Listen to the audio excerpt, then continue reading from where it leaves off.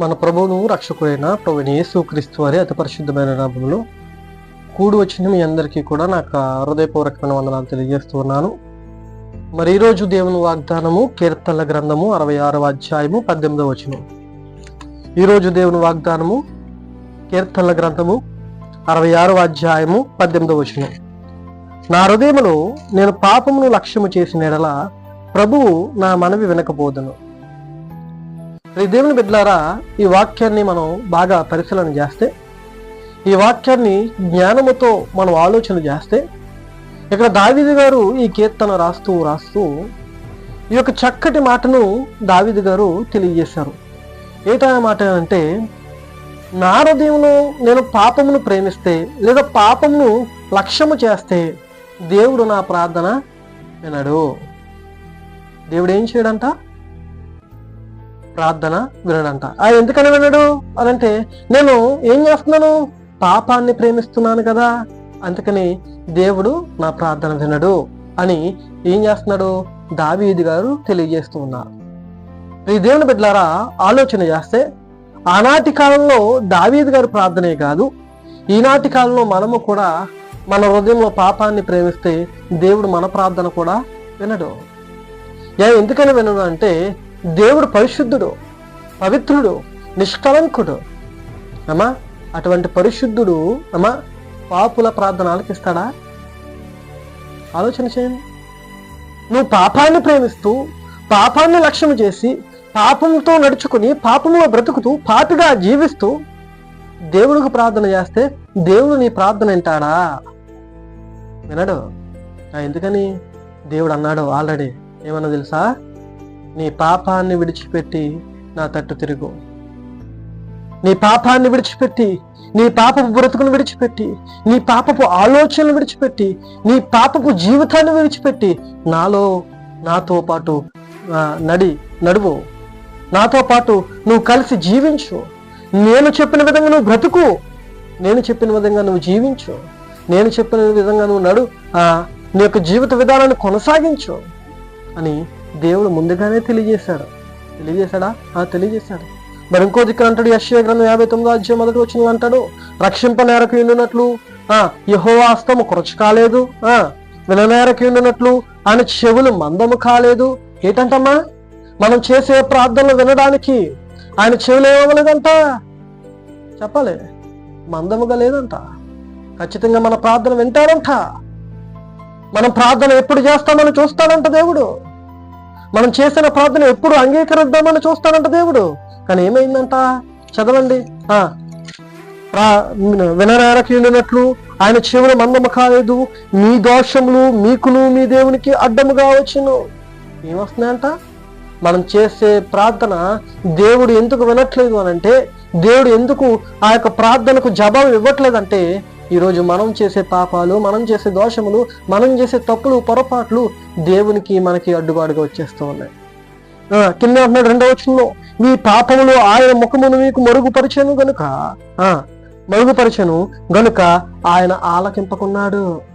అంటే ఈరోజు మన ప్రార్థన దేవుడు ఎందుకు వినట్లేదు అంటే, ఈరోజు మనము చేసే పాపములు, మనం నడిచే మార్గములు అన్ని తప్పుడువి గనుక, మనం చేసే పాపములను బట్టి, మనం నడిచే మార్గములను బట్టి, మనం జీవించే విధానాన్ని బట్టి దేవుడు ఏమవుతున్నాడంటే మనకి దూరం అయిపోతూ ఉన్నాడు.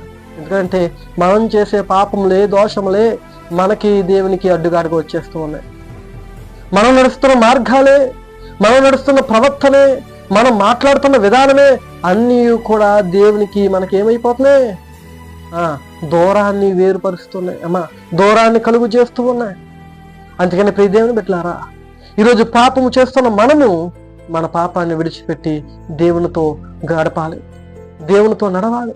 కానీ ఈరోజు పాపాన్నే ప్రేమిస్తూ ప్రార్థన చేస్తూ ఉన్నాం. పాపాన్నే ప్రేమిస్తూ ఇంకా దేవునికి ఇష్టలుగా బ్రతకాలనుకుంటున్నాం. పాపాన్ని ప్రేమిస్తూ దేవునికి ఇష్టలుగా బ్రతకాలి అంటే అది అసాధ్యం. పాపాన్ని వదిలిపెట్టి, పాపాన్ని విడిచిపెట్టి, పాపాన్ని ద్వేషించి దేవునితో గడపాలి. కానీ ఈరోజు అందరం ఎలా ఉన్నామంటే, సగం దేవుడు, సగం లోకం. ఈరోజు అందరం అలాగే ఉన్నాం. పాపాన్ని ప్రేమిస్తూ ఉన్నాం, పాపంతో బ్రతుకుతూ ఉన్నాం, పాపంతో నడుస్తూ ఉన్నాం, పాపిగా జీవిస్తూ ఉన్నాం. ఆ పాపిగా బ్రతికి, ఆ పాపిగా జీవించి, ఆ పాపాలు చేస్తూనే, ఆ పాపాన్ని ప్రేమిస్తూనే దేవునికి ప్రార్థన చేస్తూ ఉన్నాం. మరి అలాంటప్పుడు దేవుడికి ప్రార్థన చేస్తే మన ప్రార్థన వింటాడా? వినడు. ఎందుకంటే ఆల్రెడీ యెషయా గ్రంథము 59వ అధ్యాయం మొదటి 2 వచనాలు చెప్పాడు ఏమని?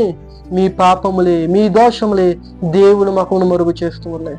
మీ దోషములే మీకును మీ దేవునికి అడ్డుగోడుగా వస్తూ ఉన్నాయి. అంటే ఈరోజు మనం చేసే తప్పులు, పొరపాట్లే, మనం చేసే పాపములే ఈరోజు ఏమవుతున్నాయి?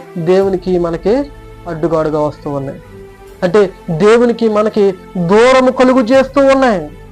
అందుకని ప్రియ దేవుని బిడ్డలారా, మనం ఎంత ప్రార్థన చేసినా దేవుడు వినట్లేదు. మనం ఎంత ప్రార్థన చేసినా దేవుడు జవాబు ఇవ్వట్లేదు. చాలా మంది అనుకుంటూ ఉన్నారు ఏమని? నేను గంటల తరబడి ప్రార్థన చేస్తున్నానండి, అయినా సరే నాకు దేవుడు ఏమి ఇవ్వట్లే, జవాబు ఇవ్వట్లేదండి. నేను గంటల తరబడి ఉపవాసం ఉండి ప్రార్థన చేస్తున్నానండి, అయినా సరే దేవుడు నా ప్రార్థన ఆలకించట్లేదండి. ఎన్నిసార్లు ప్రార్థన చేసినా దేవుడు నాకు జవాబు ఇవ్వట్లేదండి అని చాలా మంది అంటున్నారు. దేవుని బిడ్డలారా, ఒక్కసారి నీలో ఉన్న పాపాన్ని విడిచిపెట్టి ప్రార్థన చేయి. దేవుడు ఎందుకు జవాబు ఇవ్వడం నేను అంటాను? ఖచ్చితంగా జవాబు ఇస్తాడు. మనలో ఉన్న పాపాన్ని ఎప్పుడైతే విడిచిపెట్టి దేవునికి ఇష్టలుగా బ్రతికి దేవునికి ప్రార్థన చేస్తామో అప్పుడు దేవుడు ఖచ్చితంగా మన ప్రార్థన వింటాడు. మన ప్రార్థనకు తగిన సమాధానము, తగిన జవాబు ఇస్తాడు. కానీ ఈరోజు మనం ఇంకా పాపాన్ని ప్రేమిస్తూనే, పాపంలో బ్రతుకుతూనే ప్రార్థన చేస్తూ ఉన్నాం. మరి అలాంటప్పుడు మన ప్రార్థన దేవుడు వింటాడా? వినడు. ఎందుకంటే ఆల్రెడీ ప్రకటన గ్రంథంలో దేవుడు సెలవిచ్చాడు ఏమని? అయితే వెచ్చగానైనా ఉండు, లేదా చల్లగానైనా ఉండు, నులివెచ్చిన స్థితి వద్దు, బ్రతుకు నులివెచ్చిన స్థితిగా నువ్వు బ్రతికేవాడిగా వద్దు. అయితే లోకములైన బ్రతుకు, లేదా నాలో అయిన బ్రతుకు అని దేవుడు అంటూ ఉన్నాడు. మరి ఈరోజు ఎవరిలో బ్రతుకుతూ ఉన్నావు? అలాగైతే ఎలా బ్రతుకుతామండి? సగం లోకం కావాలి, సగం దేవుడు కావాలి. మరి అలాంటప్పుడు దేవుడు అంటున్నాడు, అబ్బాయి సగం లోకము సగం నేను అంటున్నావు కదా, అయితే నా దగ్గర నీకేం లేదు, అవకాశం లేదు. నువ్వు నాతో స్నేహము చేసి, నాతో ఆ యొక్క స్నేహము చేసే అర్హత కోల్పోయావు, నాతో సహవాసం చేసే ఆ యొక్క ధన్యత కోల్పోయావు. నువ్వు నాకైతే వద్దు. ఎందుకంటే ఒక పడవ మీదే కోలేయాలి తప్ప 2 పడవల మీద కోలేస్తే ఏమవుద్ది? మధ్యలోకి వెళ్ళిన తర్వాత మనమే మునిగిపోతాం, అవునా? అయితే ఆ పడవ మీద అన్న వేయాలి, లేదా ఈ పడవ మీద అన్న వేయాలి. ఆ పడవ మీద కోలు, ఈ పడవ మీద కోలు వేసాం అనుకో, మధ్యలోకి వెళ్ళిన తర్వాత మునిగిపోయేది ఎవరో? మనమే, అవునా? సగం లోకంలో బ్రతుకుతూ, సగం దేవుల్లో బ్రతుకుతూ జీవించామనుకో, ఏమొద్ది? మధ్యలోకి వెళ్ళాక మనమే మునిగిపోతాం, అవునా? అవును. కాబట్టి ప్రియ దేవుని బిడ్డలారా, ఏదైనా ఒక మార్గంలోనే నడవాలి. ముగిస్తూ చెప్తూ ఉన్నాను, దేవుడు మన ముందు 2 మార్గాలు పెట్టాడు. 2 మార్గాలు పెట్టాడు. ఒకటి మంచి మార్గం, 2 చెడు మార్గం. ఏ మార్గంలో నడవాలనుకుంటున్నావు? ఏ మార్గంలో బ్రతకాలనుకుంటున్నావు? ఏ మార్గంలో బ్రతికి నీవు నీ యొక్క జీవితాన్ని కొనసాగించాలనుకుంటున్నావు? నన్ను అడిగితే ఒక మంచి సలహా ఇస్తాను. అది ఏంటో తెలుసా? మంచి మార్గం. మంచి మార్గంలో నడిస్తే దేవుడు నీ పక్షాన్ని ఉంటాడు, దేవుడు నీతో ఉంటాడు.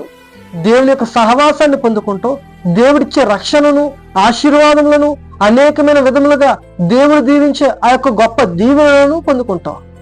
అదే చెడు మార్గంలో నడిచావనుకో, దేవుని సహవాసాన్ని కోల్పోతావు, దేవుని యొక్క కృపను కోల్పోతావు, దేవుని యొక్క ప్రేమను కోల్పోతావు, ఇంకా దేవుడిచ్చే అనేకమైన దీవెనలను కూడా నువ్వు కోల్పోతావు.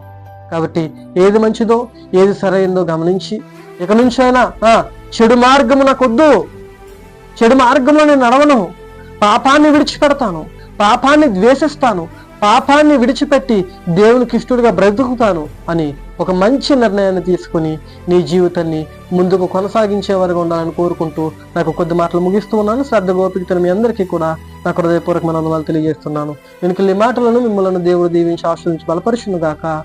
ఆమేన్.